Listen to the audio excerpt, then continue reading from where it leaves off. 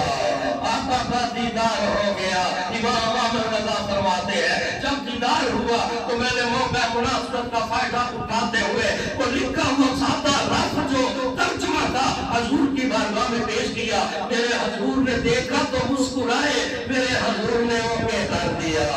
وہ اوکے کر دیا، پھر 30 دنوں میں 30 پارے جو تھے، ایک پارہ روزانہ لکھتا، دوپہر کو قبولہ کرتا، ہر روز آقا کا دیدار ہوتا، آقا کی بارگاہ میں پیش کرتا، آقا اسے اوکے کر دیتے، 30 دیدار 30 پارے، ان کا ترجمہ میرے آقا نے اوکے کیا۔ پوری دنیا میں آج سب سے زیادہ جو ترجمہ پڑھا جا رہا ہے وہ کنزُ الایمان پڑھا جا رہا ہے، یہ معجزہ ہے کس چیز کا؟ کلام پڑھنے والے نواز چشتی ہے، اور لکھا کلام جتنا امام احمد رضا نے، ایسے عبدالرشید اویسی نے نہیں کہا کہ یہ معجزہ ہے نبی کا، امام احمد رضا یہ ایسا عقیدہ ہمیں دیا، اور انہوں نے جتنے کلام لکھے، یہ کلام پڑھنے والے ان کے کلام یہ زیادہ پڑھتے ہیں، جتنے کلام انہوں نے لکھے، میری لائبریری میں وہ کتاب موجود ہے، اور لکھا کس نے؟